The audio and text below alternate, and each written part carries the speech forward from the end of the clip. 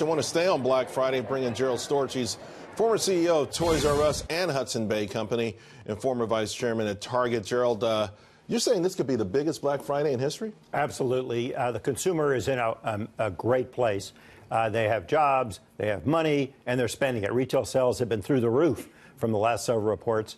And even the first bits of information on shopping during Black Friday, it's still early, it's still Black Friday, but are very good, suggesting that it's quite large. I know Adobe Analytics put out a fair amount of information on online shopping, and the numbers are really eye-popping. Online Thanksgiving, $3.7 billion. They had to revise that twice to the upside. Overall, the numbers are just absolutely significant. Is that taking away from brick and mortar, or are we finding a sort of area now where they kind of coexist with these omni-channel platforms? Totally coexist. I think it's sort of a false distinction increasingly between online and bricks and mortar, because much of this online growth is at the internet arms of the bricks and mortar retailers themselves. So it's Macy's.com or Nordstrom.com or Walmart.com that are doing some of these big numbers too. Amazon's still the big gorilla online, but the bricks and mortar guys are doing okay. And what we're seeing now, beyond the growth online, which of course was expected and has been continuing for some years, is more traffic back to the stores. And some of the stores have even reported increase in traffic, certainly a positive same-store sales in the bricks and mortar themselves. So this is just a great time for the consumer overall. The traffic numbers have been phenomenal, but then the build-out to be able to compete. I find it interesting that Target, your old company, took it on the chin this week. Their stock did. Even though they took market share in every category they're in, they saw comp store sales up. They saw their online business up 49%. But Wall Street punishing them for having to build this out. Well, retailers are still in a Herculean battle versus Amazon for the future of retail. And that requires them to invest both in stores and online. And kind of a funny thing's happening on the way to the marketplace here.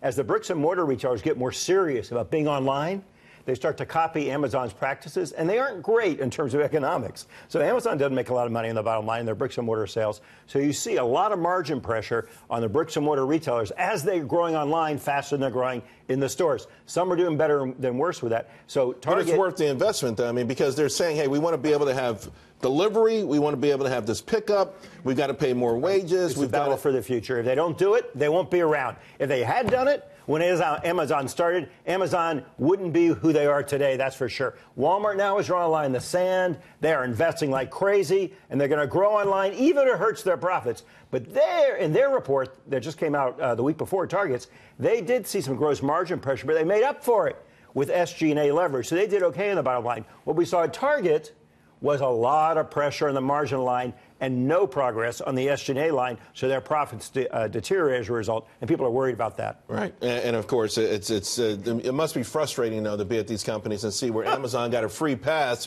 for building out and never being profitable, became the, they got a free pass for years. We talked about nothing else since Amazon started. How even if we were just as good as they were, people would still hammer us and say, what are you doing? You're not making any money. Just like they weren't at the same time while they were being bid up to the moon, and we're getting hammered for doing the right thing. It's really nuts. It's really nuts. I do want to ask you, because, of course, you were former head of Toys R Us as well. First holiday season without Toys R Us. Right. Recently, I went shopping for my granddaughter for her birthday. I went to Target.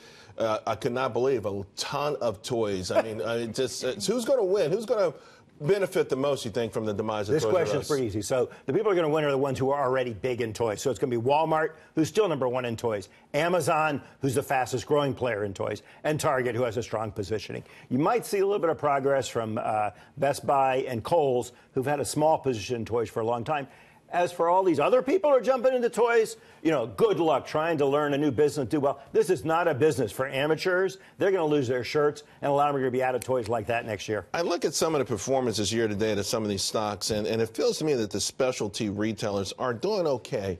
Is there ever going to be a space out there for a standalone toy store? Well, I always think there was and there is. Right. Toys R Us specific problems. I was gone for over 5 years there. But their problems were highly tied up with the great leverage they had coming out of that LBO, inability to make the kind of investments that you were just talking about are required for a bricks and mortar retailer to make that conversion to the all-channel retail of the future. Jerry. Pleasure. Thank you very much.